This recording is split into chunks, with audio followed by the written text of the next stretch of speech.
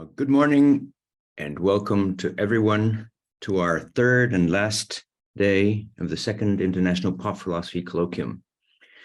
We have really had a wonderful and extraordinary set of presentations from our guests throughout the week, and we conclude today with these two very special guests, Grafton Tanner and Luz Escarate. Our first speaker will be Grafton, who is a writer and musician from Athens, Georgia. He is the author of The Hours Have Lost Their Clock, The Politics of Nostalgia, Foreverism, Babbling Corpse, Vaporwave, and the Commodification of Ghosts, and The Circle of the Snake, Nostalgia and Utopia in the Age of Big Tech. I think all of them have been translated into Spanish. His work has appeared in The Nation, Real Life, the Los Angeles Review of Books, and on NPR's Throughline. He lectures at the University of Georgia and is currently writing a book on the reemergence of exorcism in the late 20th century. Today, he will be reading from his paper, Foreverism. Welcome, Grafton, to our set. It's great to see you. You have the stage. Thanks so much, Victor. Glad to be here and to be able to talk with you this morning. Okay, well, so I'm going to be giving a talk today called Foreverism. It is a term that comes from my next book that's coming out in actually a month from now in November in the UK, and then in January in the United States with Polity Press as a part of their Theory Redux series.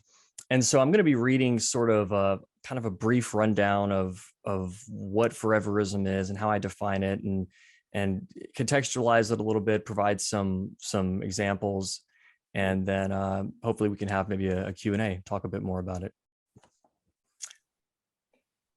Section 17 of Hans Gross's 1911 book, Criminal Psychology, concerns the question of homesickness, which he points out, quote, is of essential significance and must not be undervalued when studying the criminal mind.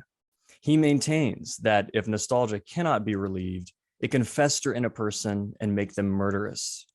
And he says, quote, so then, if the homesick person is able to, he tries to destroy his nostalgia through the noisiest and most exciting pleasures. If he's not able to do that, he sets fire to a house, or in case of need, kills somebody. In short, what he needs is explosive relief. Such events are so numerous that they ought to have considerable attention. The early 20th century produced a plethora of opinions on what was called the nostalgia reaction, and Hans Gross was not the only positivist to link the emotion with criminality. There were many others. Carl Jaspers, for example, contributed his own assumptions in his 1909 dissertation. He wrote about a young maidservant in 1795 who moved away from home to pursue work, but eventually burned down her place of employment because she was so homesick. In a 1922 study, the psychiatrist Brzezowski told the story of a maid who murdered her 4-year-old charge because killing the child was the only way she could leave work and return home. Ernst Kretschmer, the German psychiatrist who developed a classification system matching body types with personality traits, also made this connection in 1934. He said, quote, the nostalgia reaction in the form of arson and child murder is a typical syndrome in maidservants between the ages of 14 and 17. The girls who exhibit it are usually infantile and weakly, with retarded pubescence. In this lamb-like, timid, and autistic way, such girls often exhibit schizoid features. The psychologist Edmund Smith Conklin will claim as late as 1935 that the homesick reaction can result in, quote, explosive or uncontrollable criminal actions, arson, and even murder. But he will surmise that nostalgia is declining thanks to, quote, the greater amount of travel and shifting of places of residence occurring in modern civilization. To prevent nostalgia from occurring, he will caution parents against excessive, quote, petting and coddling, which develops parental fixations. By the early 20th century, nostalgia's threat was its power to turn an ordinary, agentic individual into a criminal. To the positivists, however, this came as no surprise. In his literature review of nostalgia, Willis H. McCann cites the psychologist Carl Marby, who quote, did not think it was strange that homesickness sometimes would cause crime. He explained that those who can relieve themselves of homesickness by committing a crime will do so unless restrained. The positivist discourses on nostalgia might seem a little extreme to us now, but because nostalgia has this uncanny ability to wrench people out of the present, it posed a major threat to the civilizing process promoted by these juridico-medical positivists.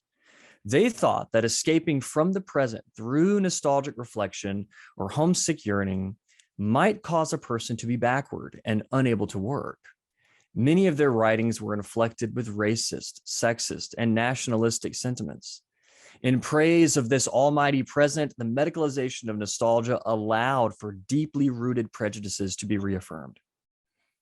These anti-nostalgic positivists were the authors of a new genre of writing, linking the figure of abnormality with nostalgia and thus producing the idea of the nostalgic subject. A nostalgic subject became, in the words of Foucault, an individual to be corrected, the one who's regular in his irregularity and, quote, appears to require correction because all the usual techniques, procedures, and attempts at training have failed to correct him. Non-conforming individuals who failed to adopt the identity of the progressive man of the Enlightenment were routinely accused of backwardness and nostalgia. The early 20th century witnessed this emergence of the modern nostalgic subject, the longing, yearning individual in need of, quote, what Foucault called supercorrection. But over the course of the 20th century, a massive shift occurred, and the opinions on nostalgia were completely rearranged. Around the middle of the 20th century, nostalgia was demedicalized and then quickly commodified. And then, after the massive success in the US of George Lucas's 1973 film, American Graffiti, the marketing world started to pay attention to nostalgia. In 1975, professor of marketing Donald W. Hendon wrote an op-ed in a publication called Marketing News, arguing that the product life cycle in which a product is introduced into the marketplace, grows, matures, saturates the market, and then declines, should be updated to account for a new trend where product sales actually increase after they decline. And he called this the nostalgia tale and attributed its development to, Broadway musicals like Grease, and then eventually the film adaptation of Grease, television programs in the US like Happy Days, and then the bicentennial market boom in the United States as well.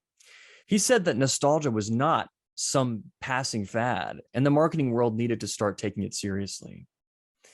Whereas positivist discourses of the early 20th century targeted nostalgia as a disease to be cured, corporations eventually framed it as this consumable product, and advertisers would eventually discover just how lucrative nostalgia can be as a commodity, because consumers could theoretically satisfy their longing for the past through consumption. By framing the past as something worth longing for, corporate capitalism could promise a return to that past through its products. It was a new twist on a tried and true capitalist formula, the marketing of a solution to a problem artificially amplified.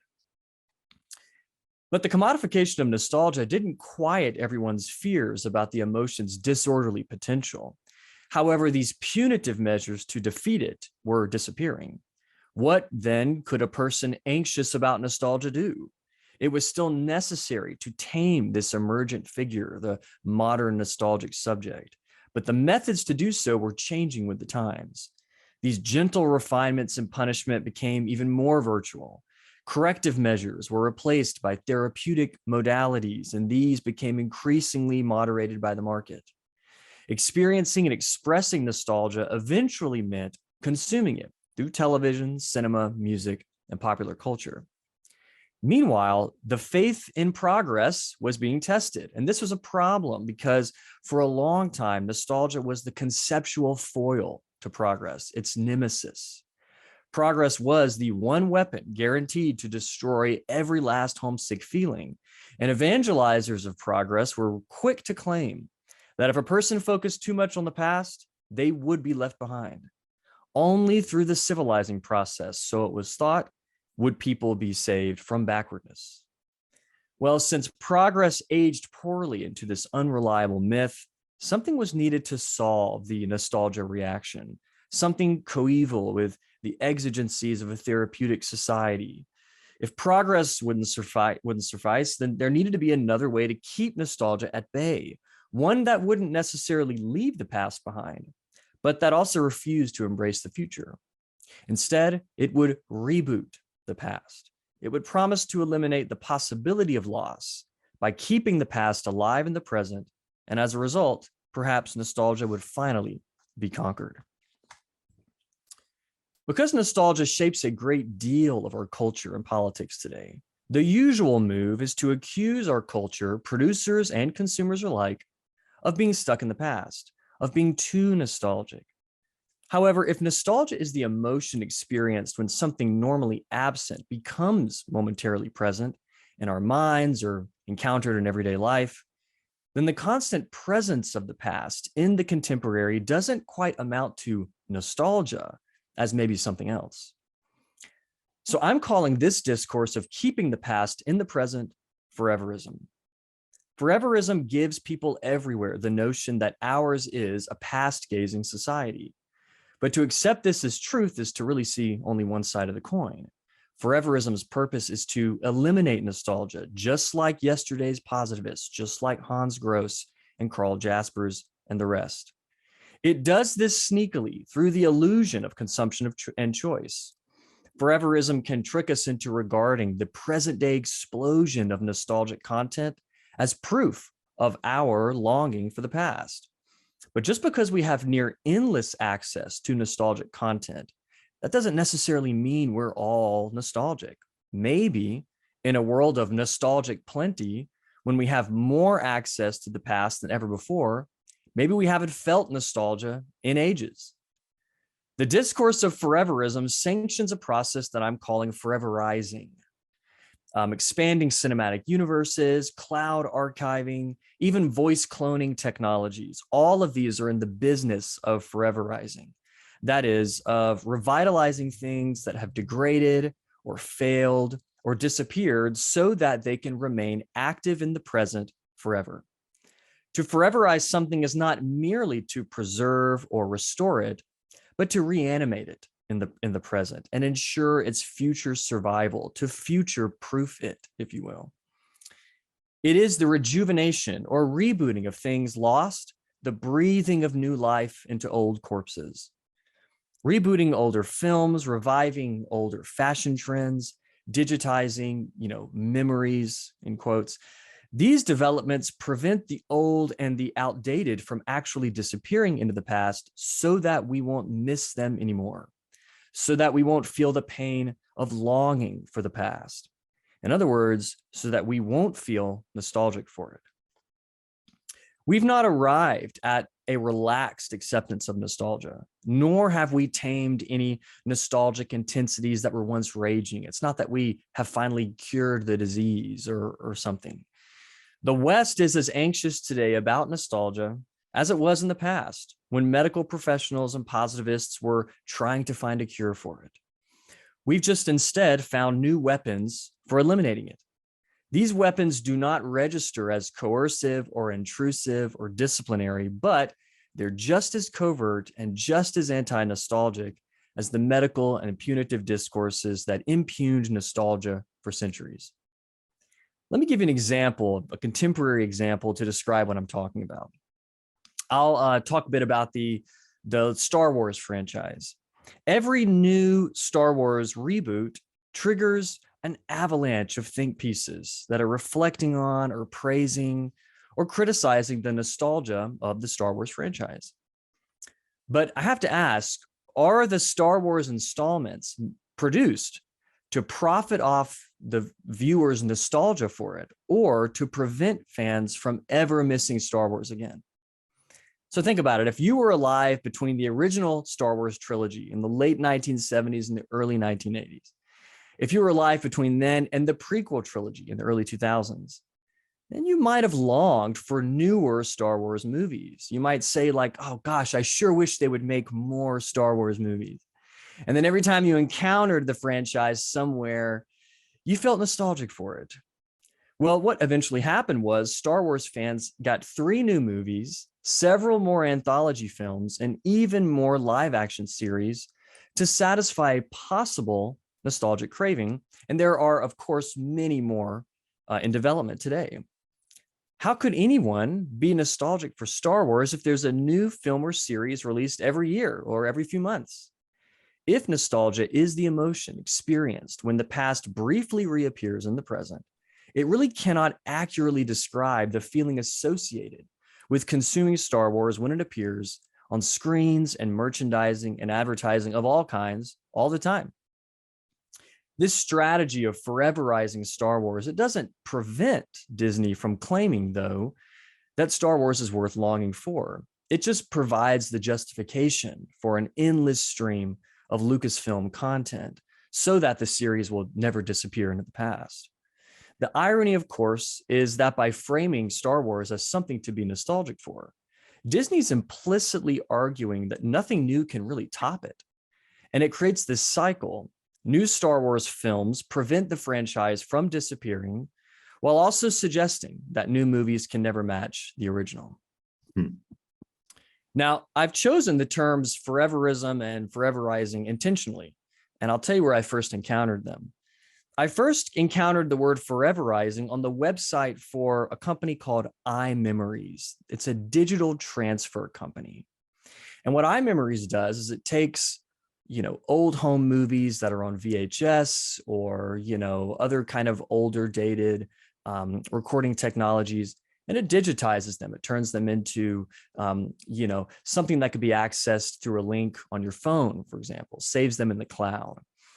And on the iMemories website, it says, quote, "At iMemories, we understand how important your memories are to you and your family. That's why we don't just digitize old movies, videos, and photos to be playable now. We foreverize your memories to be relived over and over again." Now, this really intrigued me. Why would the company, or maybe its customers, associate the digital with the idea of forever? That is, with permanence and accessibility and organization. Because iMemories chose to use that term to distinguish itself from other companies that merely just digitize, analog memories, it makes a claim about human memory that's become quite popular in the digital age, namely that the digital ensures the security and the playability of recorded memories that is otherwise difficult to ensure. Shortly after that, I came across the term foreverism in the most unlikely of places, a marketing publication by the marketing firm Trend Watching. So in 2009, Trend Watching created this briefing, and it was called Foreverism: Consumers and Businesses Embracing Conversations, Lifestyles, and Products That Are Never Done. The briefing argued that the forever should be as meaningful a concept for the marketing world as the concept of the now. And it outlined 3 characteristics of foreverism for businesses to consider: forever presence, forever beta, and what they call forever conversing. The publication pointed out that the idea of the now hadn't disappeared, but that the forever looked increasingly appealing. And they wrote, quote, "Let's face it, many things are inherently transient and short-lived, and consumers like it that way. And in the long run, nothing lasts forever. But foreverism and nowism aren't mutually exclusive. The opportunity lies in figuring out which processes, services, and products currently are ephemeral when consumers would perhaps prefer some sort of foreverism," end quote. That was their kind of main thesis. The briefing explained the benefits of maintaining one's forever presence, they called it. That is, for publicly sharing one's digital identity and keeping it updated. It suggested that forever presence is possible today thanks to, quote, "technology that allows consumers and businesses to find, follow, interact, and collaborate forever with anyone and anything." And they compared this to like social media, which they said is a, quote, eternally up-to-date encyclopedia of individuals. The briefing said that social media profiles will, quote, "live on forever, along with billions of other digital crumbs scattered across cyberspace, because they said, quote, younger generations will never want to dispose of their groomed online presence to begin with, end quote. And that's quite an assumption.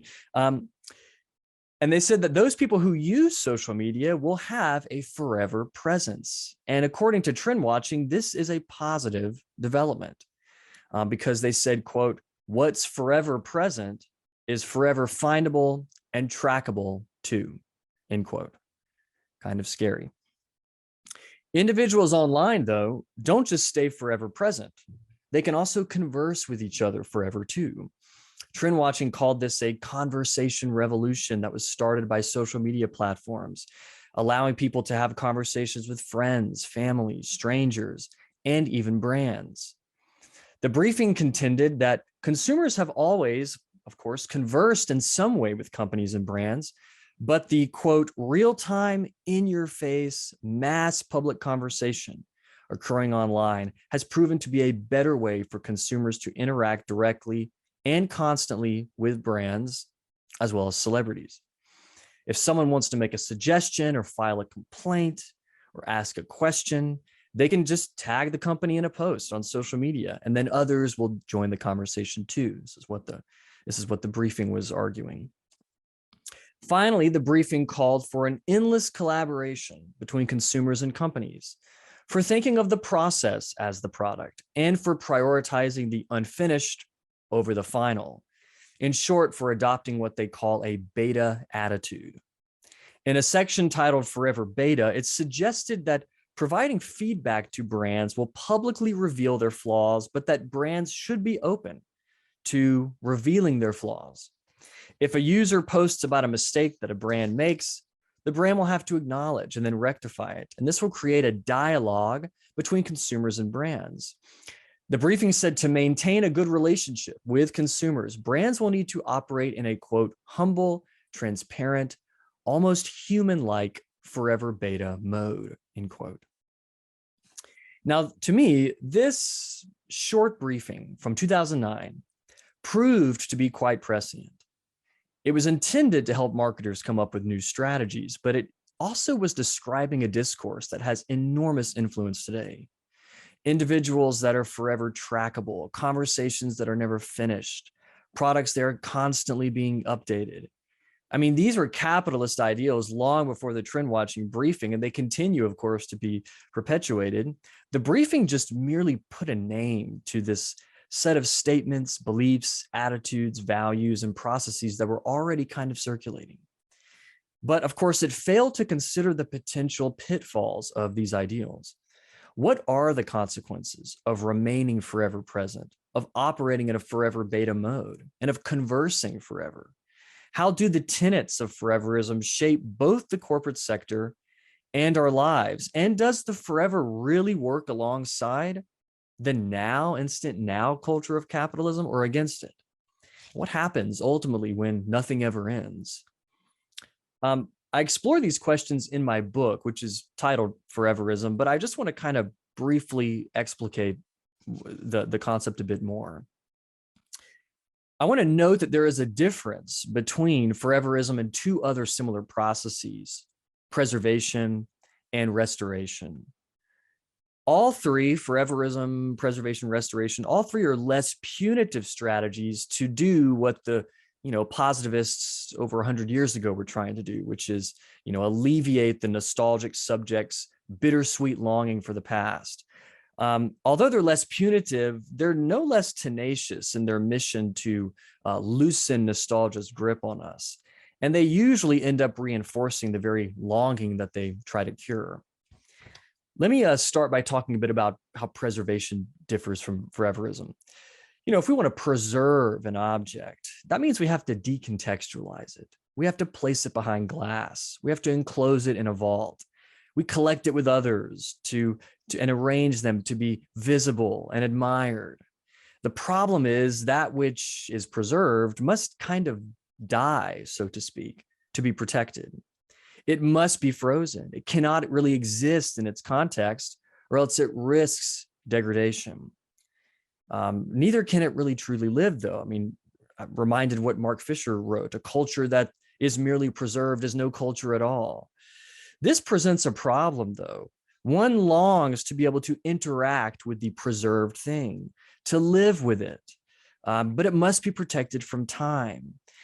Restoration, similar process, on the other hand, involves cleaning up something old to make it look kind of new again, or maybe even better than new.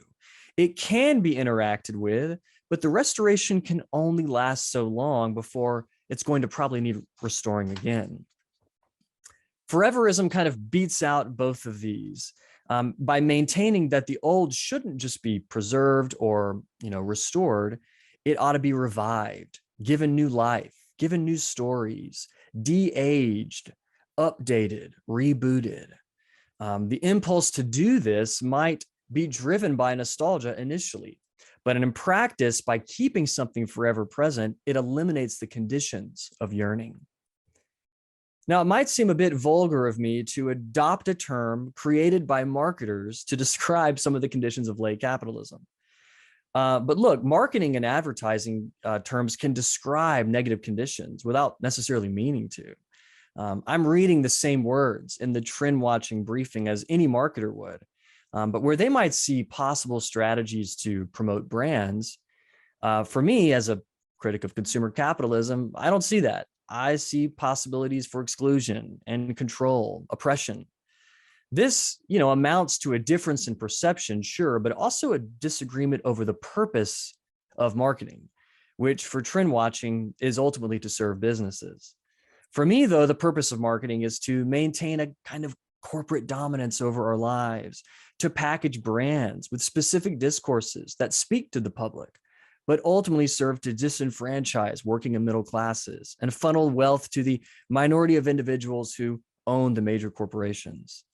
In short, I find foreverism to be a useful term, just not in the same way that trend watching does. My argument ultimately is that foreverism has replaced the older positivist discourses against nostalgia by proving to be a vital solution to a long-standing problem under capitalism. How do we extinguish nostalgia while also profiting from it? But although foreverism appears less harsh than the punitive measures that were proposed by yesterday's positivists, its mission is still to suppress any emotional expression that might threaten the capitalist directives to work and produce, including the work needed to keep the past alive in the present. When nothing ever ends, the feelings associated with endings become muted. These could be positive feelings like contentment or relief felt after finishing something, but also sadness, pain, grief, and of course, nostalgia, especially when something ends that we didn't want to end. Foreverism promises to relieve all those feelings while also making it quite difficult for us to rest, knowing that the work is done, the case is closed, and the story is finally over. To resist foreverism, we need to first recognize it. And it might seem challenging at first. As a critic of nostalgia, I have often denigrated nostalgia in my own work. I mean, few things seem as phony as a blatant appeal to a whitewashed past, when I know, as so many others can attest, the past wasn't nearly as utopian as it's sometimes represented in media. But instead of accusing the next throwback movie of being nostalgic, we might ask a different question. Is anyone actually nostalgic for this reboot? Or is the production company or streaming platform assuming that we are and providing us with what they think we're longing for? Is the point to keep the past in the present so that we actually aren't nostalgic for it anymore? It might seem like a nostalgic demand for older content is the reason for all the rebooting. And I used to think this too. When shameless reboots are announced, there is the usual accusation of nostalgia, but they aren't necessarily a reaction to our nostalgia for them. Instead, they might be aiming to prevent those stories from disappearing by providing fans access to their intellectual properties forever. No matter how strongly corporations foreverize their products, the nostalgia for the originals cannot be easily extinguished. Surrounded by retro items and older content, a person can still yearn for the past. And this is kind of a fundamental truth of nostalgia. We can't relive the past, so there's always the possibility we're going to miss it, even in a world where older stories are constantly being rebooted. The emotion can't be disciplined out of us like they thought way back in the day, and we really can't consume our way out of it either. In truth, nostalgia is an emotion that can aid in the production, reinterpretation, and renegotiation of memory. We really can't form some of our memories without it playing a part. It's time that we recognize that these discourses are actively attempting to suppress the emotions that challenge systems of oppression under capitalism. A political appeal to the good old days, or a 2000s throwback movie or social media account might not seem like they're trying to get rid of nostalgia, but by promoting representations of the past in the present, they're actively attempting to prevent their disappearance. We might consume these nostalgic representations, but simply denigrating them as mere nostalgia is not quite right, especially if we define nostalgia as something that is experienced when one fondly aches for the past. Foreverism, on the other hand, will implore you to revive the past and save it from ever dying again in order to maintain capitalism in the perpetual present with its promise of now forever. To exist in this foreverized void, though, is to ultimately never die, to produce and compete under watchful eyes, remaining forever present. But just like the punitive discourses of yesterday's positivists, foreverism can't suppress nostalgia forever.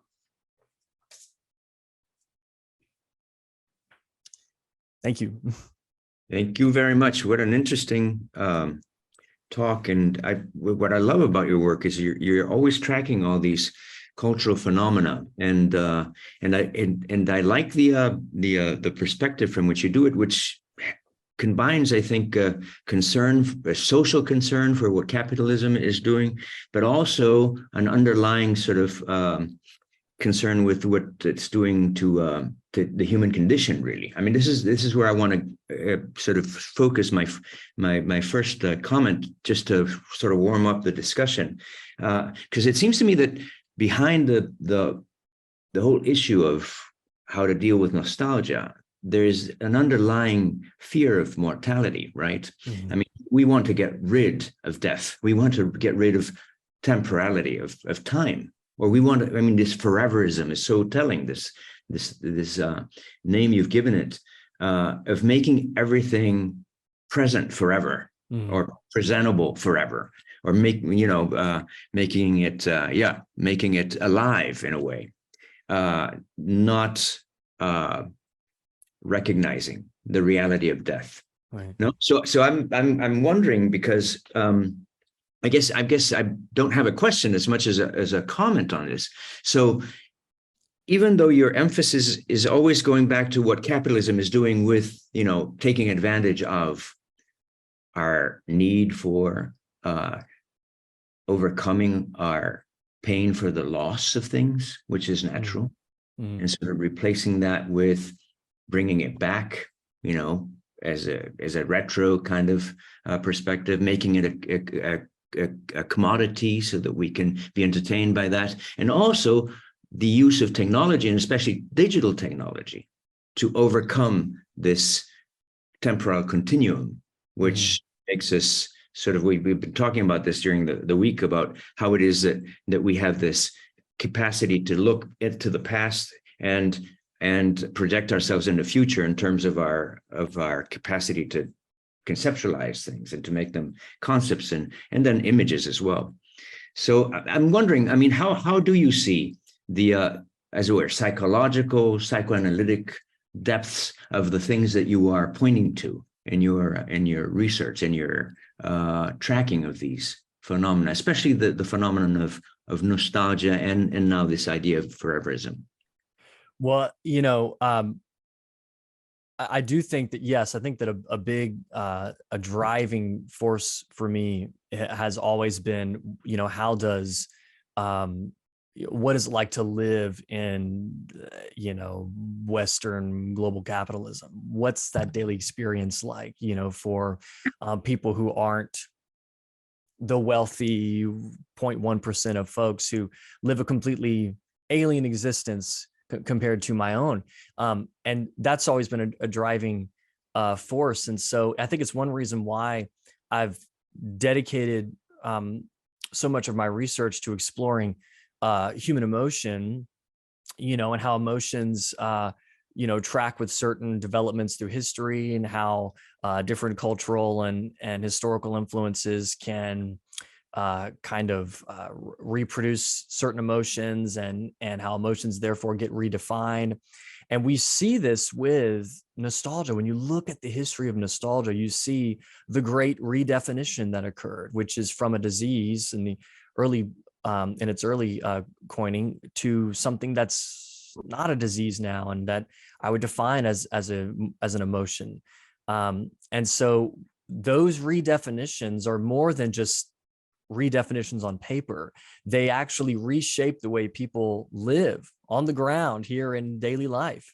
Certainly they reshape the opinions of certain dominant elites throughout history. And this is one reason why I begin the book by talking about, like I did with the talk here, about some of these jurists and psychiatrists and psychologists in the late 19th, early 20th century who were very much making big, bold declarations about human beings who just need to suck up their nostalgia, get back to work in the factory, forget your feelings, and that's very much a way of thinking about the emotion in a time in which some folks were already back, in the early 20th century, not considering nostalgia to be a disease, but like there were certainly,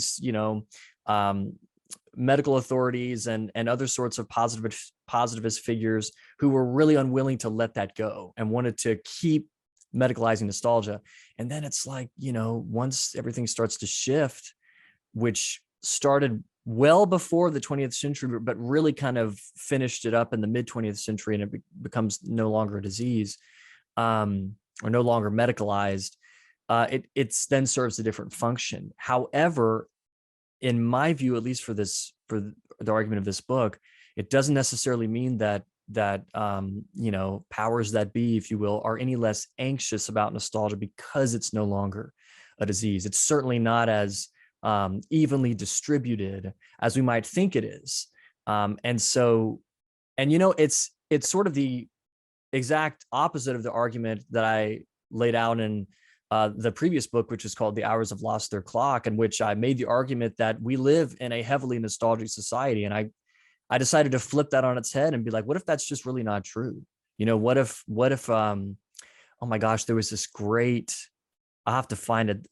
One of the creators of this very popular cartoon series in the United States tweeted like a few years ago about how he pitched 30 or 40 new series to Netflix.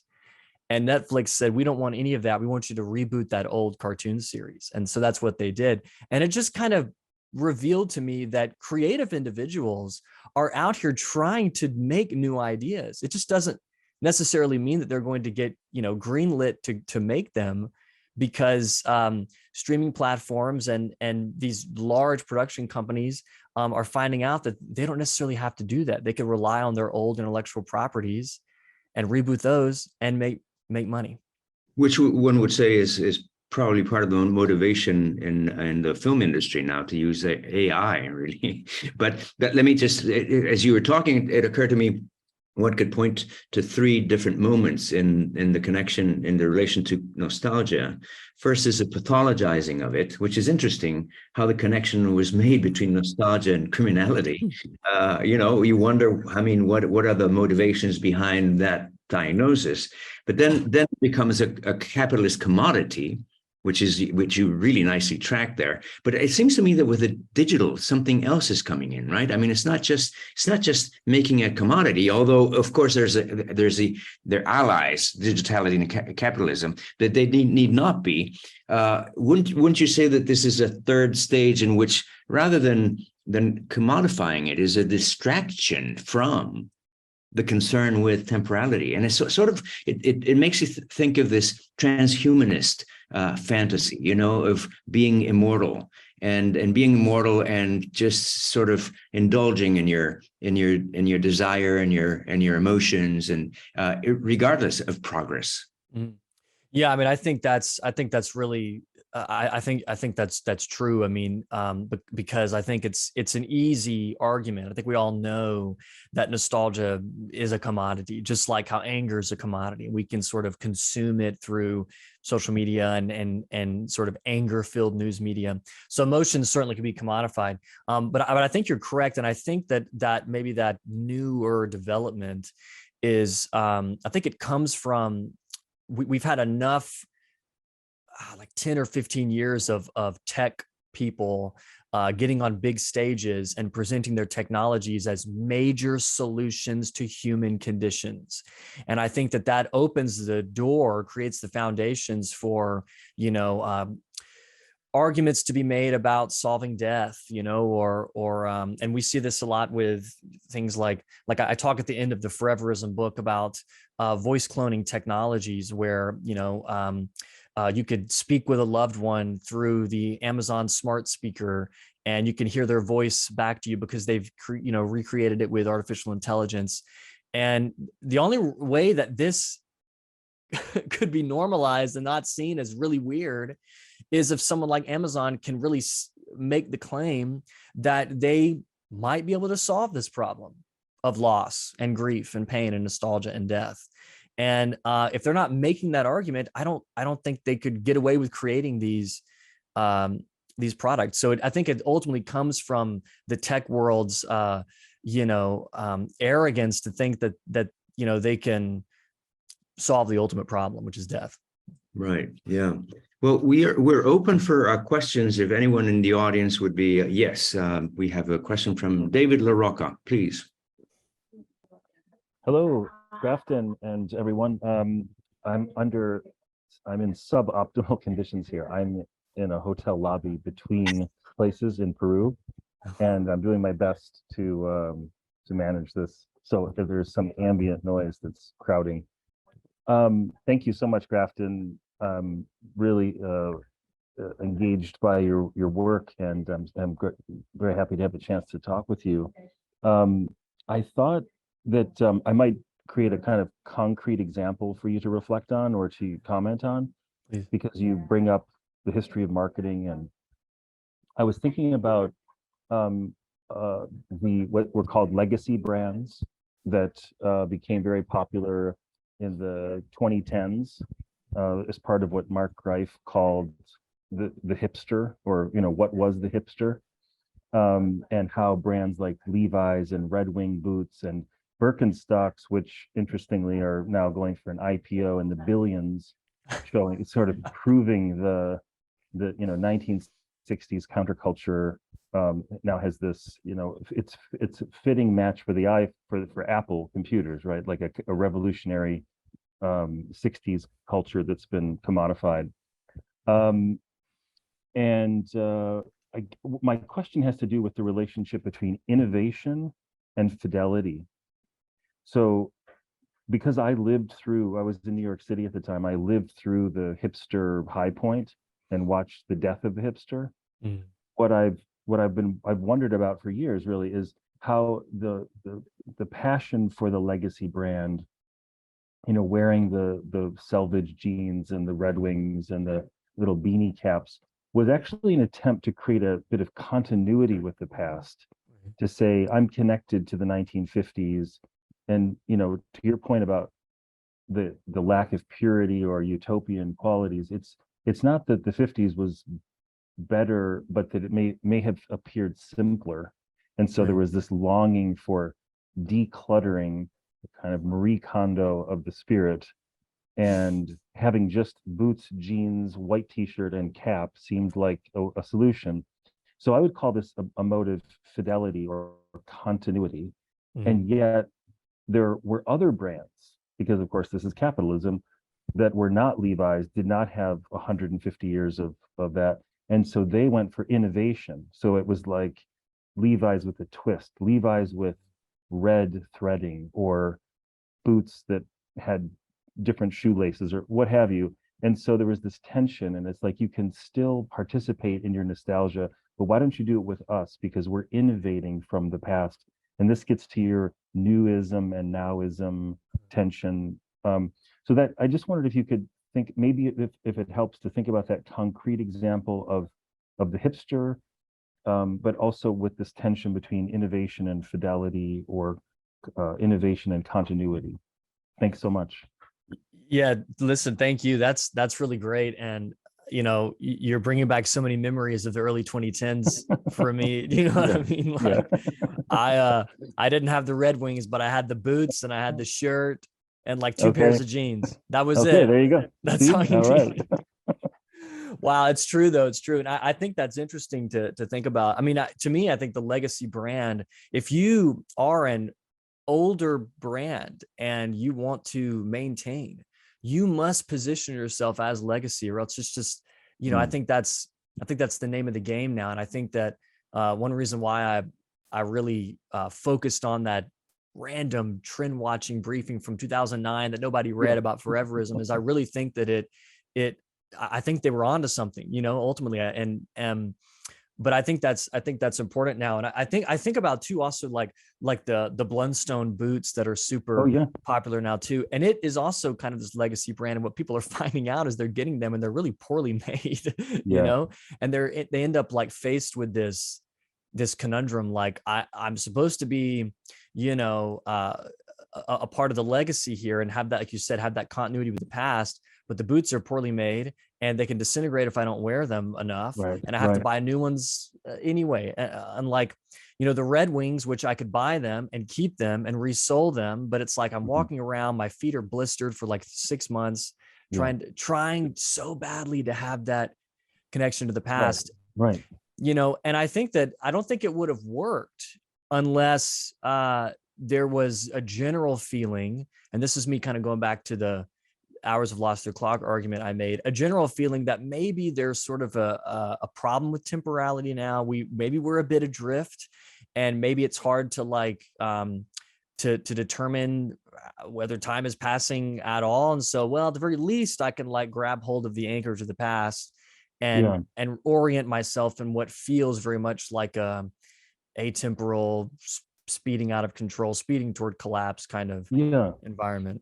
Victor, is it okay if I just have a quick follow-up? I know Yaron has his hand up, but because you bring up an example that hits a little too close to home, which is that I'm wearing Blundstones right now. I've been wearing for 20 years or 25 years, so I was ahead of the curve. That's maybe right. Longer, maybe 30 years. But I also have Red Wings that hurt my feet. And the point is that this brings me to a feeling of like what I might want to call cult behavior, that people are so desperate for that feeling of connection, of continuity, that they're willing to suffer the pain of disintegrating shoes or shoes that hurt you just in order to belong to the cult. And so instead of it being about quality and comfort and solving my life's problems, the jeans are uncomfortable, the t-shirt doesn't fit, what have you, whatever it is, it's just a kind of boneheaded, stubborn insistence that I am part of this cult. And then, this is why I like Mark Greif on what was the hipster, because it's like, what are we doing now? Where is the next phase? And there's this crisis of, essentially, it does seem to be a crisis of nostalgia. It's like, we want to be creative with it. So, that's just a follow-up. I'd love to hear more, but I know other people are there. But yeah, thank you so much. Yeah. And look, I mean, the one thing about the Blundstone boots, I'll say this, is that, they're not made as well as they used to be, but they are comfortable. Yeah, more than Red Wings. It's true. Thank you so much. Good. We have Jerome Garretts has his hand up, or had, I can't, Are you still there, Jerome?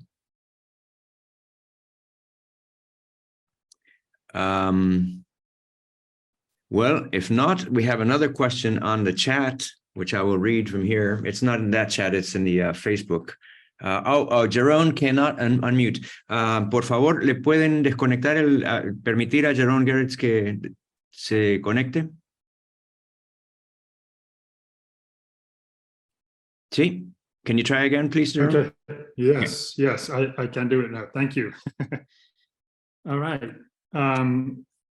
Grafton, nice to meet you. Good to see you virtually. And I'm sorry I missed the beginning part of your talk. Running a little bit late for this meeting, but I did follow the most part of it, and I really enjoy the way you criticize late capitalism on its own terms, and still tap into all its good things too. So I wanted to ask you. You brought up something with media and series that come back and the nostalgia that they inspire, and I just wonder if you ever worked with or came across or maybe addressed the sort of Ljubljana school thinking about television and the idea of the endlessness that is sort of embedded in that. And this is part of a larger, I think, criticism that people like Weitzman and Zupancic and others have, Jelakezic, about what they see as sort of a reversal of the idea of Fukuyama's idea of the end of history. That now we're not at it's not the end of ideology or the end of, it's the ideology of endlessness, as it were, that things just keep on forever, and that the one thing we cannot end is capitalism, as there is no sort of viable alternative. I don't know that that's the case, but that's their kind of point, right? That we're sort of in a something that just keeps on forever, and that there is a sort of an ideology of foreverness. In your terms, there would sort of fit that kind of endlessness that then also takes on cultural form with TV series, according to those folks. Is that something that would resonate with you, or would you see that differently?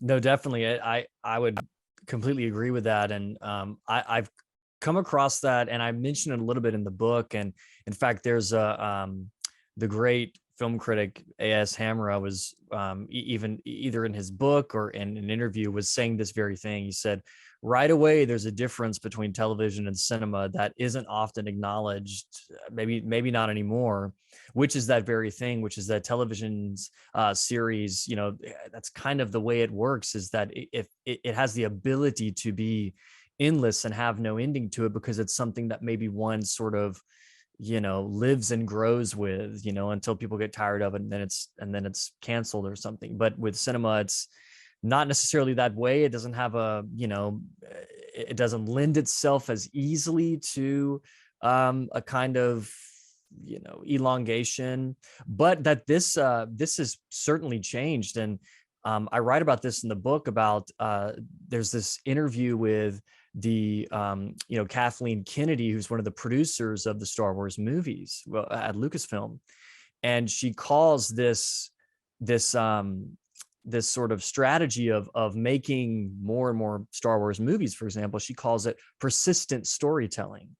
And she says that's sort of the guiding principle behind their reboots, as to how can we ensure that the one thing that gets done is more stories get created that are engaging with people, whether it's in cinema or it's in streaming series. How can we make sure we do that? And there's this amazing part at the end of this interview where Kathleen Kennedy says, I was looking back at when George Lucas and I were working on the first Star Wars films, and I was looking at old photos, and we just looked like we were having the best time. And I just felt like a lot of the joy has kind of fallen out of making these movies. And I try to remind myself, like, hold on, it's got to be fun. Hold on to that joy. And I just said I just thought, like, there it is. There's the proof of what I'm trying to argue, is that, like, nostalgia can be tricky, can trick you into thinking that the past is better, and that trying to sort of, reboot the thing that you miss over and over again can be actually a thief of one's enjoyment. So that I wrote about that in the book. But yes, I totally resonate with what you're saying. Thank you. Thank you, Jeroen. And we have Lorena Rojas wants to ask a question. Lorena, you got the floor. Yes. Hi, Grafton. Nice to meet you. What a wonderful dissertation. I have just two comments, and I would like to hear your opinion. That's all. I remember a very important photographer from Venezuela. Maybe you remember her, Victor, Margarita D'Amico. Of course. She was a photographer, an artist, a journalist, and she used to say something like, do not perpetuate nostalgia. You have to feel what you need to feel and then move on. It's time to create, she used to say. Don't let nostalgia being touched, so to speak, in the past. It's time to move on, to create, and to find yourself in your new creations. And I would like to hear whatever you want to say about that, because that's some kind of mantra she used to repeat, and it's important when I'm writing, when I'm thinking about myself, when I'm thinking about my future and what I'm doing right now. It's important not to be in this feeling, this ache of nostalgia. And the other thing I wanted to talk about is this possibility we have now to live forever thanks to media. I mean, we can edit, we can live our lives there. People who can photograph what eat, where they walk, what they talk, what they see, everything in the ordinary day, everything is photographed. And I know someone who does that, and I'm looking at him right now, and he's editing his life. But I think it's so important in 50 years, in 100 years, I don't know, when someone, maybe a descendant, is looking for his life, he's going to find him. And that person is going to create new memories. And that's really interesting. Memory has to work in another way, because it's not going to be free to invent, because we have this video photographed past there, it's a different news. I don't know. But it's a possibility you have, and you don't have to be a very important person. You don't have to be a very big president or a king. I can do it. Anyone can do it for free. So it's a way to defeat death, so to speak, and to respond to this so old dream to be eternal. I can live forever now if I want to. So what do you think about that? I totally feel that way too. Sorry, there's a bug. I totally feel that way too. And yeah, it is sort of a way to, if I am documenting my life constantly, it is a way for me to kind of control the future memories that might get created about me, whether I'm the one doing it or other people doing it. And the thing about human memory is that, memories change depending on what we're going through at a certain time. We look back at a period of the past and we go, there's nothing I really need to take from that right now. But then in 10 years later, you go, wow, there's actually a lot I need to take from that time period, just because things have happened and there's something in the past there that is meaningful to me in some way in the present. And I might take it from there. And then maybe that's it. And that's, it's always kind of this re-narrating and renegotiating that we find ourselves doing. I do this all the time, and certain periods of my past kind of come back in a nostalgic way. Whoa, where did that come from? And then maybe I leave it behind. I don't think about it anymore, but it served a purpose in the present for a while. And then I kind of put it away. I think it's important to kind of do a process of reappraisal with nostalgia and ask ourselves, like, what are the short and long-term consequences of acting on this nostalgia? It might show up with us one day. Okay, what do I do about that? If I really want to revert back to that period of my life or that thing I was doing or whatever, or move back to that place or whatnot, what are the consequences of that? Is that ultimately going to be good for me in the long term? Will it just satisfy me in the short term?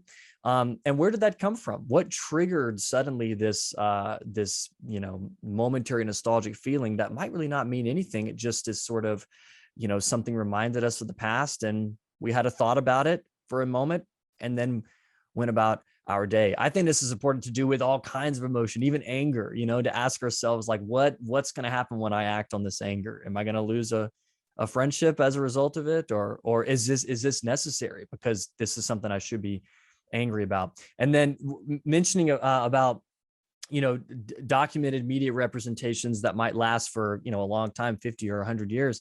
One of the things I mentioned in the Foreverism book is I said, the ultimate kind of instability at the heart of foreverism discourse is the fact that all of the digitization of our lives is really very unstable.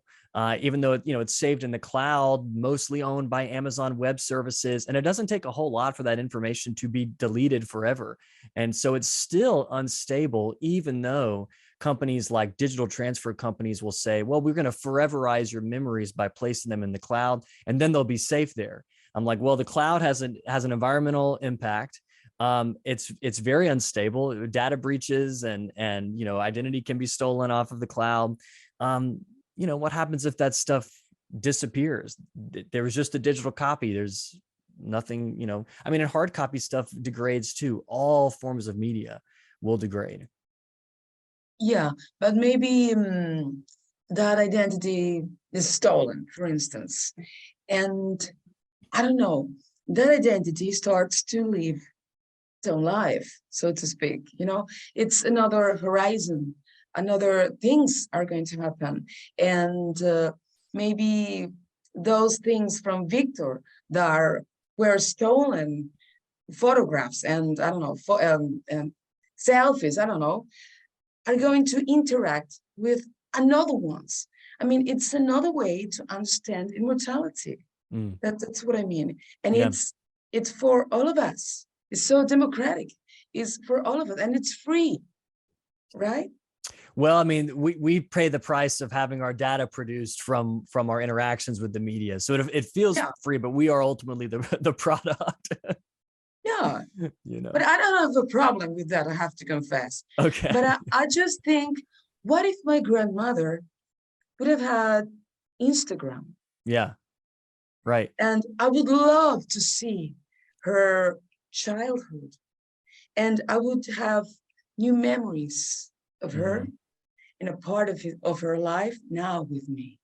Right. And yeah. I would like to think of that. I like to think of that. Yeah. What if? What about my memory? What about my love for her? Yeah. That's what I mean. Exactly. There's actually an excellent book called The End of Forgetting by Katie Eichhorn. I believe she's at the News School in New York. And it's about this very thing, about how, people in the even, early to mid, even later 20th century just didn't, have as much documented evidence of their pasts, as we do, especially people, some of my, maybe not my students, but in a few years, I'll be teaching students whose entire lives, including the moment that they're, that they enter the world, even before, have been, documented in some way. Yeah. Thank you very much. Yeah, thank you. So kind. We're almost running out of time, but I do have a question here that I've been holding from Gabriel Vargas, and he says the following: what about future foreverism? What shape should nostalgia take for the digital natives of today and tomorrow, in contrast with older generations? Well, that's a good question. And I think that kind of going back to what we were just talking about, I think if you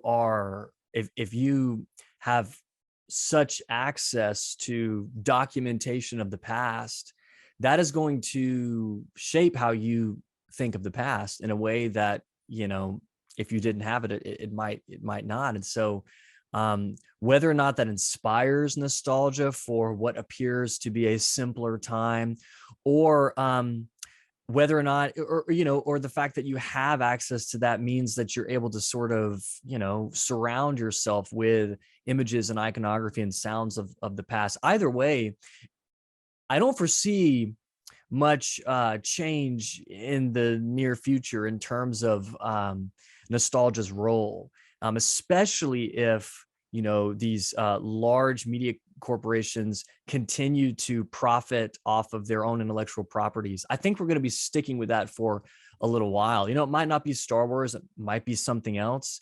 Once again, though, the constant presence of the past in the present doesn't necessarily eliminate nostalgia, even though that might be that might be the intention. You know, don't ever miss this thing again. It could certainly still, surrounded by all of the retro stuff in the world, can still make a person, you know, miss the past. So I just feel like that we'll be dealing with this for a while. Well, thank you for a fascinating talk and for a wonderful conversation. And we hope to see you again soon. And we now will move on to our second speaker, who is Luz Azcárate, who is a member of the research group Hermes, organizing this event, and of the Peruvian Circle of Phenomenology and Hermeneutics. She holds a doctorate in philosophy and social sciences from the École Haute Études in Sciences Sociales in Paris, and from our institution, Pontifical Catholic University.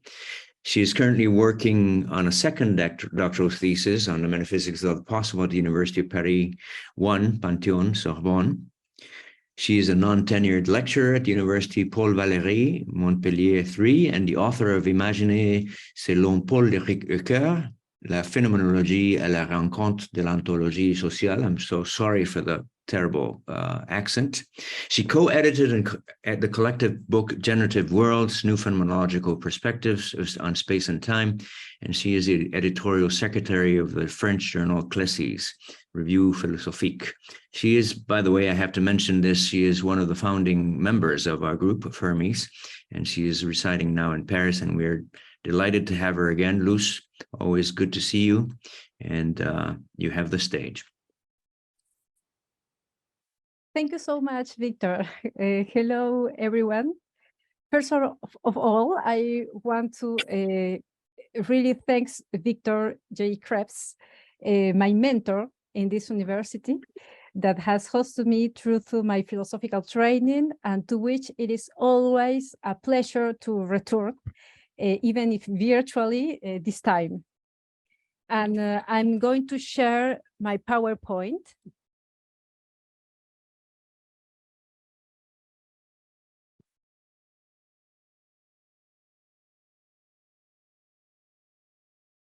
So you can see it? Yes. Yes, great. So my presentation is entitled Emancipation Images in Money Heist, La Casa de Papel in Spanish. It is clear that the Spanish series Money Heist has had a surprisingly great success.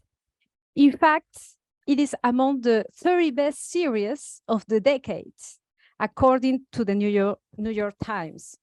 And it is the first Spanish series to win an Emmy. At the same time that the symbols of this series are reproduced in various social manifestations all over the world. But it is difficult to answer the question of why Money Heist has found such resonance, such success on an international level.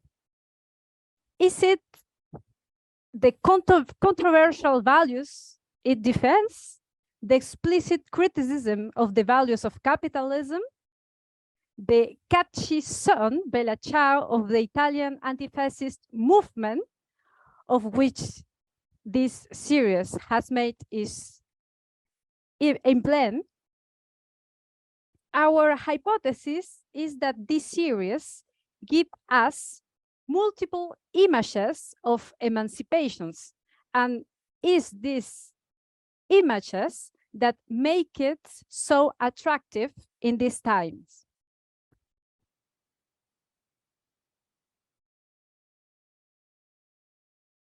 Money Heist is a series that tells the story of a gang of bank robbers led by the professor Álvaro Monte, a millionaire intellectual, son and brother of bank robbers. The places robbed are the National Factory of Coin, the first 2 seasons. That is why the name of the series in Spanish is the House of Paper, because of the National Factory of Coins, and they wanted to print the money. And also the Bank of Spain, the last 3 seasons. The preparation time for each robbery is about 5 months. The members of the gang, with the exception of the professor, who goes by that name, the others take nicknames from different cities around the world. It is the professor who is in charge of the intellectual design of the robbery, of the heist. The most important ideological aspect that stands out in the standing of these robberies is the gang's commitment to a revolutionary project of resistance to the rise of the values of neoliberal capitalism that allows the accumulation of the wealth for only a few. The members of this gang represents various forms of exclusions, members of poor human groups, immigrants, with a lack of symbolic and cultural capital, women victims of physical and psychological conjugal violence.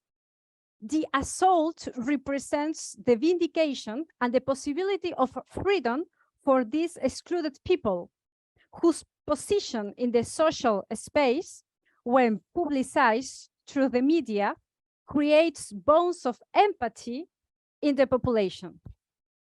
But let's take a look at some definition of emancipation.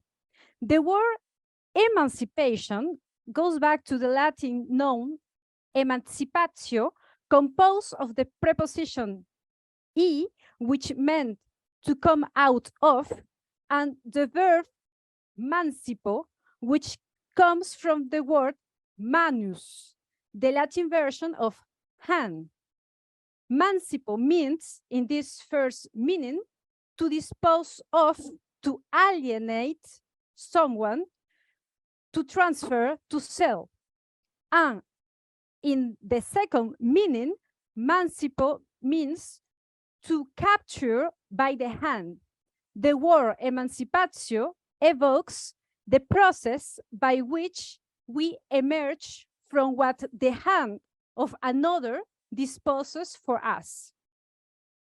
According to KPD, the idea of emancipation is a modern concept whose meaning implies the social process by which groups or societies are liberated from a state of oppression. It was in the modern era that the tension between the individual and the social space emerged. Modern societies want to be liberated from a state of oppression because domination is something to be criticized. This idea allows us to think about social space in a way that differs from ancient thinking on the social. We would be points in a space determined by certain variables, such as the possession of goods and money, our culture, our country, our education, our language, variables that imply our relationship to others. We believe that money heist provides us diverse images that allow us to think about the emancipation process as defined in this modern way. The emblematic song of the series is precisely Bella Ciao, an anti-fascist song taken up by the professor because his grandfather had fought against the fascists in Italy. This song is one of the most powerful images that this series, Money Heist, gives us. The members of the band learned this song from the professor. This song is already known in Europe and became popular worldwide, gaining covers by artists from all continents, and became today one of the anthems of all popular demonstrations all over the world. This song, which was born as a popular attempt to confront Italian fascism, takes here the form of a resistance song justifying the mass bank robbery. There is thus a strong ethic in this robbery, an ethic that could be described as controversial or paradoxical, as it leads us to justify acts usually described as immoral, such as kidnapping or robbery. According to Rael Yegi, we can identify normative bases in all forms of life, even in mafia, if we understand a form of life as a way of problem solving inside a group of agents. In this very particular way, in Money Heist, we can identify a specific and a coherent normative ethical basis. We believe that this basis on which the ethical values of this human group are founded can be understood in the sense in which Pekka Himanen speaks of the hacker ethics. This ethics seeks to oppose the Protestant or Puritan ethics on which the values of capitalism, according to Max Weber, are based, such as idolatry of work and sacrifice, preoccupation with the economic future to the detriment of the pursuit of pleasure and life. The hacker ethics defends, on the contrary, that the basis of life is the here and now, that the freedom of individuals, of persons, must be defended against work. Work must be only an element of life, but work cannot absorb life. Pleasure and life of human beings must be respected. Hackers seek to create spaces of social emancipation by providing that computer science can be a legitimate way of seeking alternative answers to life in this capitalist era. Hacking is an important element of the series of Money Heist. It is a computer scientific that allows this gang to successfully carry out their assaults by hacking into the security system of the places to be assaulted, as well as communicating with the people by hacking into the media, and finally, hacking into the police system. But beyond these hacking activities, is this the hacker ethics that vindicate the life of these excluded people in Money Heist in face of the capitalist system that defines the group's normativity and allows their actions to be understood and more than once we can empathize with? Likewise, many values concerning women emancipation are conveyed in this series.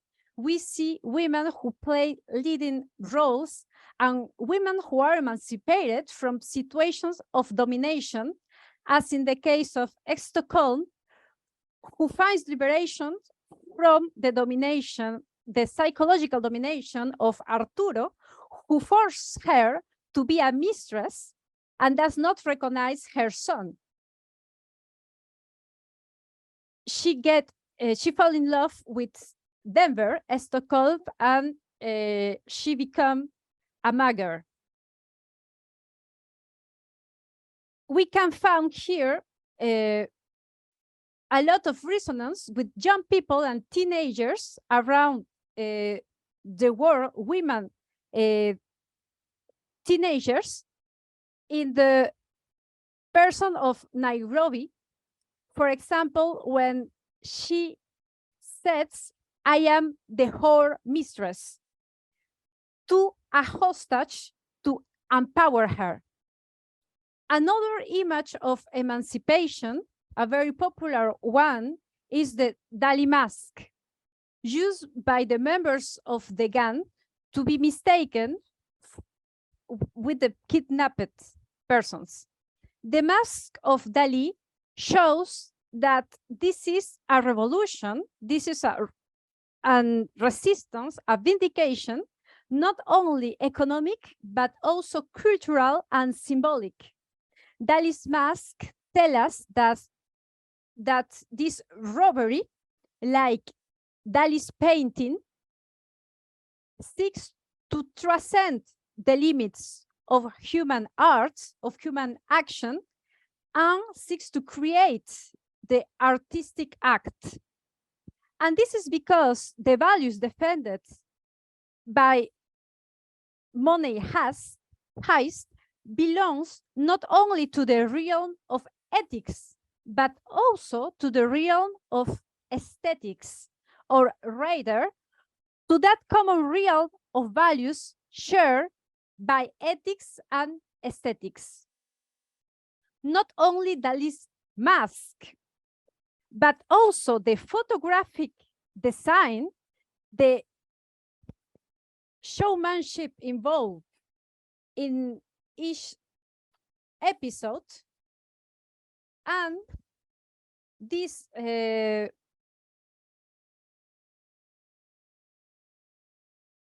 member of the gang, Berlin, that we can see it in the picture, that is the brother of the leader of the gang. Berlin, it's an amazing character that defends a highly hedonistic lifestyle. His commitment to pleasure does not only respond to pleasure of the flesh, but to pleasure of the spirit. Passionate about the art, museums, music, gastronomic culture, high culture, he makes every aspect of his life an artistic showcase, which is accentuated by the fact that he suffers from a fatal illness and he does not know when he's going to die. In the last seasons, the appearance of his son and the relationship that Berlin develops with his son make us understand better his way of life. In the background, the whole family, including the leader of the gang, place the values of pleasure and life in the context of the family. The image, this different image of money heist, open up to different possibilities of conceiving our given reality. In this sense, they are images of emancipation. An image can be understood if we take into account its Latin etymology as a portrait, a copy, or an imitation. But it is an imitation that is not detached from novelty. It is an imitation that creates something new. In this, we find the Greek meaning of mimesis, which express both the act of imitating gods and of producing a new human action in this imitation. Basically, the image is a product of our imagination, and in this sense, it is related to the realm of possibilities that we explore with our power to imagine. To imagine, emancipate us. Imagination gives us access to a totally different conception of social space. Imagination shows us that social space, constituted by structures that perpetuate social exclusion, is capable of change. Our imagination is capable of breaking with the established places of social space and producing spaces of liberation. It is in this sense that Michel Foucault proposed the concept of heterotopia in this text that you can see in the PowerPoint. I'm going to read the definition that he gives in the order of things. Heterotopia are disturbing, no doubt because they are secretly undermined languages, because they prevent us from naming this, and that's because they break up common nouns or entangle them, because they ruin syntax in advance. Accordingly to Foucault, heterotopias are eruptions, openings, whether in language or also in social space. They are real and related to utopia. Utopia, as we know, comes from the Greek utopos, meaning non-place. It is commonly conceived as a product of our imagination that serves to imagine a perfect society with the aim of criticizing the problems of the society in which we find ourselves. In Money Heist, the band members undergoes a process of emancipation so radical that even their names are changed to a place name. Heterotopia, formed by two Greek words as utopia, heteros, topos, means another place.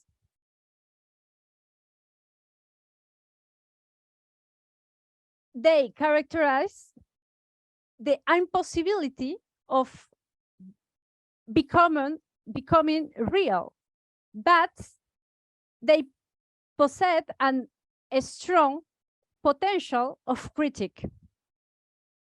Modern Heist achieves to give us heterotopic images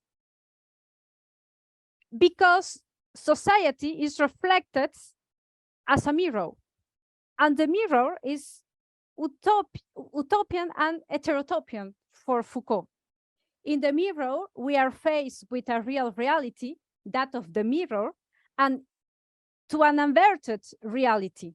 But we can access to this reality through the virtuality opened up by our imagination. The mirror is also capable of showing our body.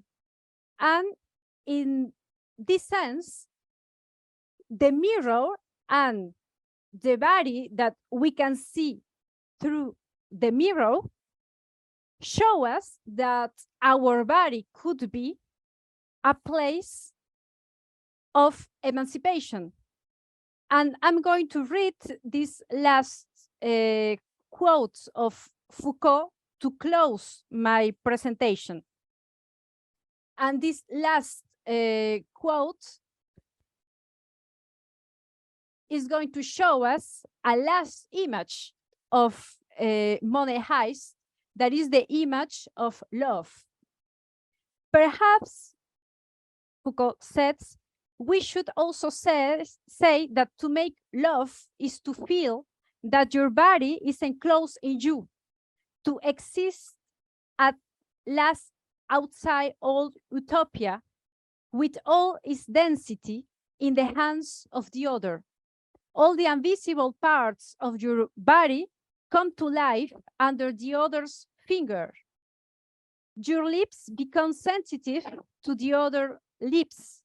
Your face acquires certainty before their half-closed eyes.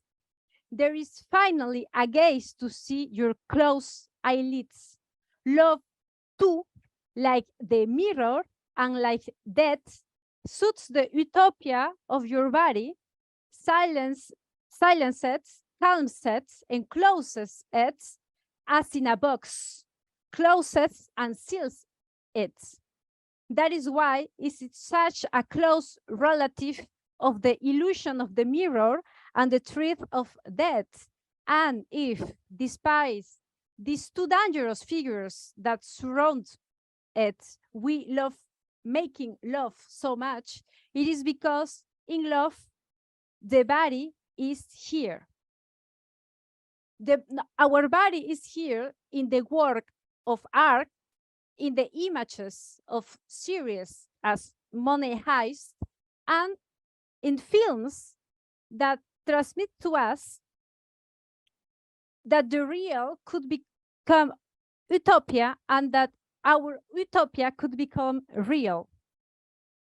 As when we make love, this is an heterotopic becoming.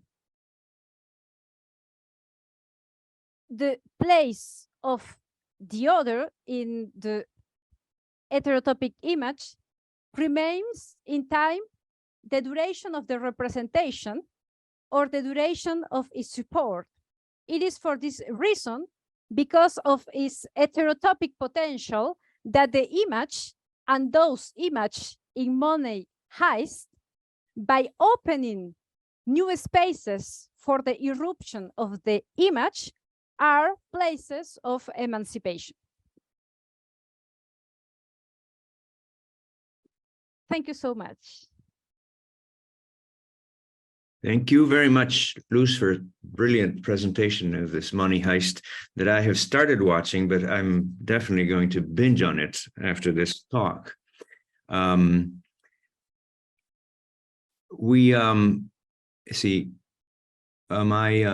go. Okay. So just to start again, warming up and hoping that we will get questions from the audience. We were talking at the beginning of this colloquium about the phenomenon of TV series and the way in which they have, in fact, that they have created this, as it were, global consciousness.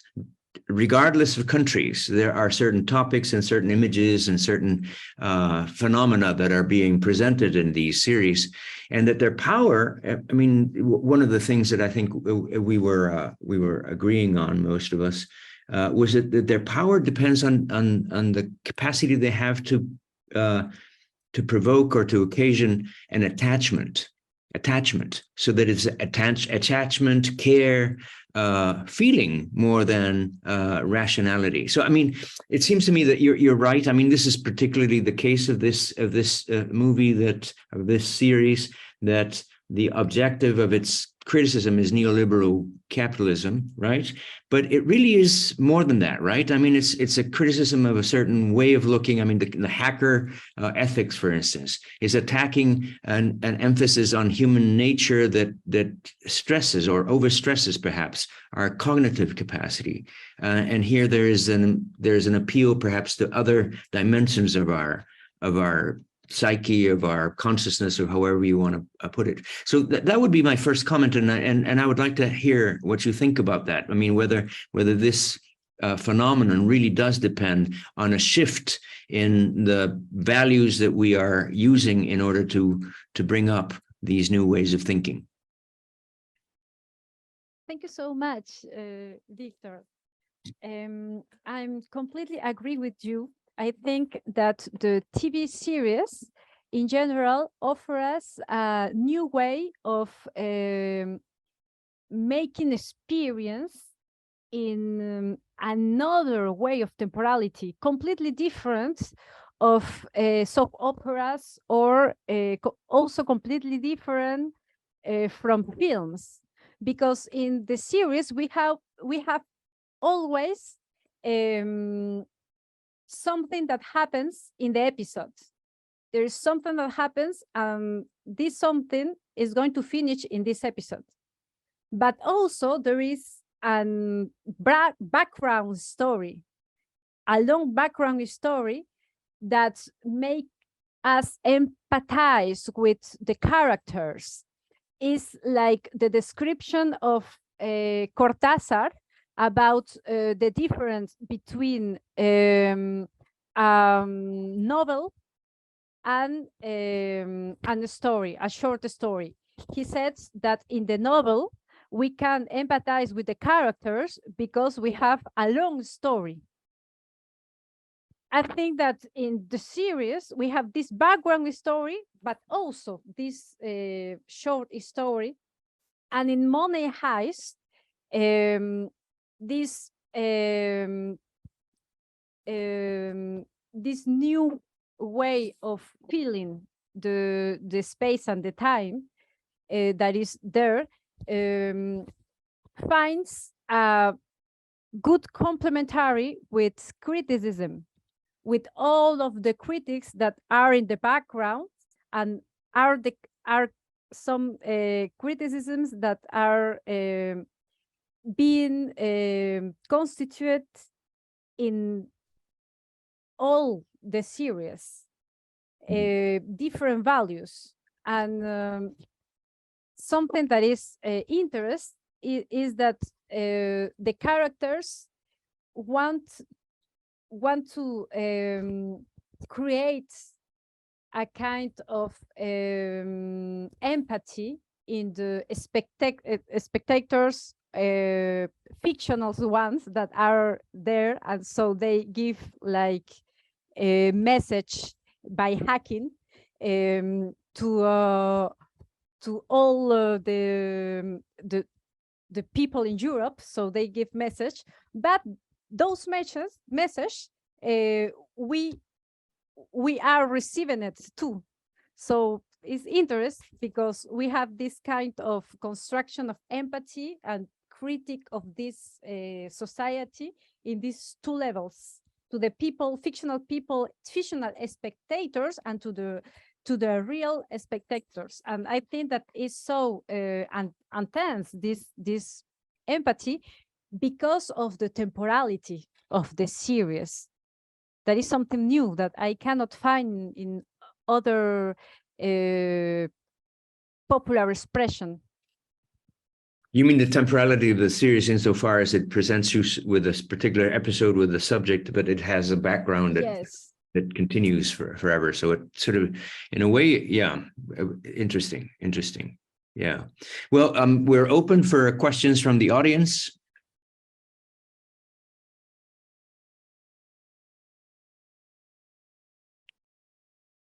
If there are any questions from the audience, maybe in the chat. Jerome, you have the floor. Thank you, Luz. I have something to watch because I know of Casa de Papel, but I have not seen it. So one of the problems with watching TV is there are so many different platforms and so many shows that we sort of have to rotate from, I'm now in my HBO phase, and then I go to my Hulu phase, and then I go back to Netflix, which is where it's in the United States anyway. So I cannot speak to the series itself, but I want to follow up on the conversation that was just brought up in the Q&A, because there you put a lot of emphasis on the temporality of complex TV, I think, as some would call it. The sort of interweaving of episodic and serial forms that we find in contemporary TV series. Whereas I think in your talk, you put more emphasis on the notion of space or place or heterotopia with sort of the Foucault aspect there. I don't know if you see somehow in this particular series or in TV series more generally a connection somehow between these two notions of the spatial and the temporal. I don't know if this works at all for you, or are they two different parts of your argument? Thank you so much for this question.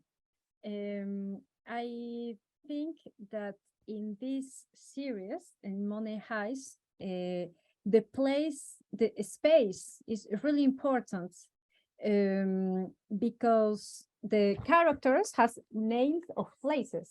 We have Tokyo, Rio, and also in the first version of the series, that one that was not finally made, all the characters were people without a house. And that is why the title was The House of Paper, because these people doesn't have house, so they organize themselves to make this big robbery, and their house were finally the bank that produced the coins with the big machines. So I think that in this series we can see different kinds of space in different degrees that make us think in Foucault heterotopians. There are lots of explosion that creates ways of leaving this bank when the police arrive. The place is being made by the robbery, the explosion, etc. But in general, I think that in complex TV, we can also think in a new way of understand the relation between time and space in general, independently of the content of this of Money Heist. In general, I didn't focus in that in my presentation because I treat the emancipation images. But I think that in general, the fact that we can see a series in our house or in a train, if we have connection, make us a different conceptualization of space in general. And also this sense of a series, of an episode, and the sense of the globality of the series and also of the seasons are structured not only in time but also in space, because the episodes are numerically different. It's not a unity of time. They are numerically different.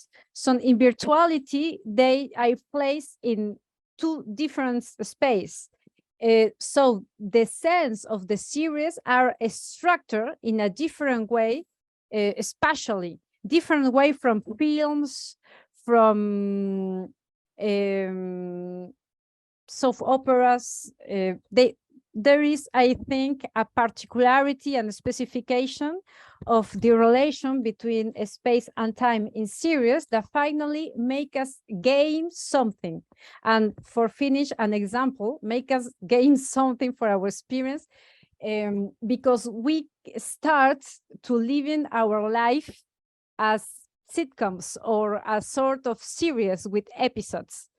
And I have already, for example, lived with friends in a department, and each day we name our adventures as different episodes of a series. And I think that the relation between the new relation between space and time in series constitute our experience in a different way. so that we are different as spectators of series from those people that don't see series, and that shows that there is something important about a space that is taking an important place in the constitution of complex TV. Great, thank you. I like that the way you talk with your colleagues about this. I'm going to propose this in my faculty meeting as well, to think about our own lives, academic life in terms of seriality. Thank you. Thank you Or so much. even our weekly classes with our students. That's a very good idea. I think. Give some subject to thought. Thank you very much. All right. Well, if there are any other thoughts, any other comments? I was interested in what you pointed out about. I mean, I haven't seen the series, so obviously I can't comment on the series. But I'm interested in this specificity of each person having a place name. And Berlin, especially the one you mentioned, called my attention, this hedonistic. And it made me think about, well, you know, this hedonism that he represents, as it were, and in a way develops in as you say, with his family, with his son, and the relationship with his father, and the knowledge of his death. It seems to me that this is something that may have resonance for a generation that has been exposed in ways that were not common to, for instance, my generation, right? To situations, cataclysmic, catastrophic situations like we're observing around us now, in terms of the climate, in terms of the social upheaval and everything, that would make more appealing a hedonistic kind of pleasure seeking and so forth mode of life than the other one, emphasizing progress and and productivity and so on and so forth, which also plays in favor of this kind of argument that you're saying, this emancipatory argument that you're saying is present in this series. I wonder what you think about that. Thank you so much. Yes, it's really interesting. This character, Berlin, had a great success. Right now, Netflix is making a spin-off of Berlin, a completely series of his life. It's interesting because he was confronted, as you say, to cruel experience when he was a little, and but also this experience of knowing that he's going to die make him really to be happy with life. It's interesting because he's always euphoric and happy with life, and he wants to know and to know a lot of things. It's a really good reader, and he loves music culture, gastronomic culture, etc. But also he wants to feel strongly.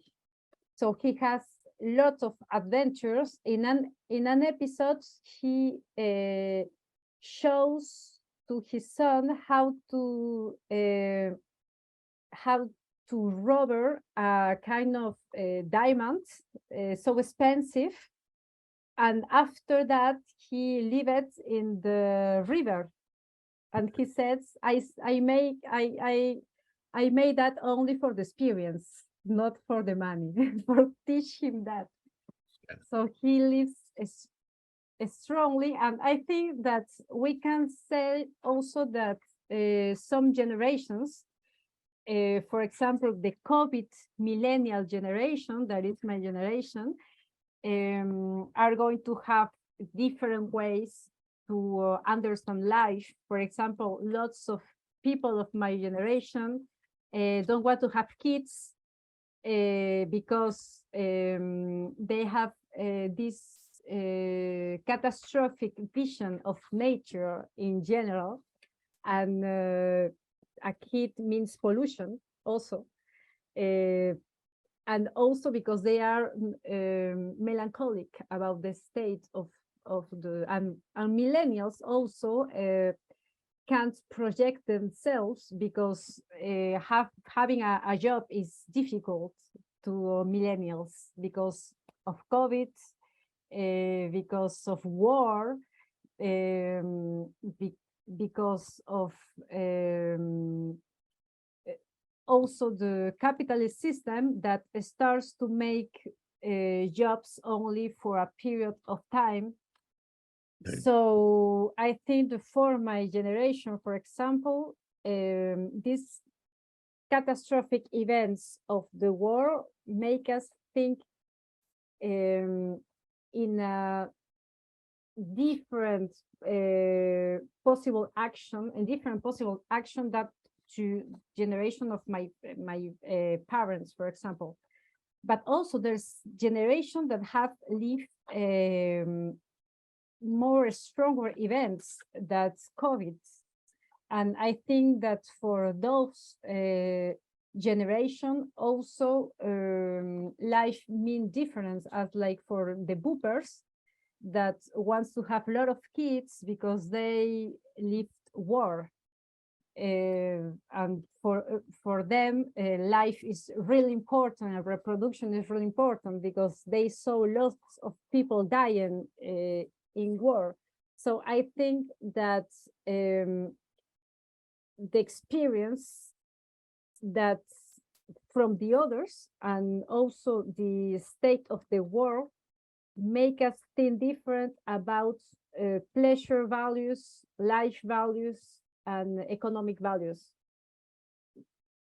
Wonderful. Yeah. Well, thank you very much. There's I feel so happy closing this event that we've had because we have really gone full circle in thinking about, I mean, the whole point of this event has been to think philosophically, to think deeply about the circumstances that characterize our world today and our experience. And I think that the elements of that transformations that we're seeing in terms of digitality and TV and film philosophy, as was called at the beginning, and now these phenomena that Grafton brought in that we're so related to the relationship we have with time and mortality have really, I think, allowed us to close this week of reflection with many open issues that we should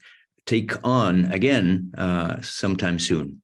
So I just want to thank everyone that's here today, and especially our two speakers, Luz Escarate and Grafton Tanner, for having given us the pleasure of their presence and their thoughts.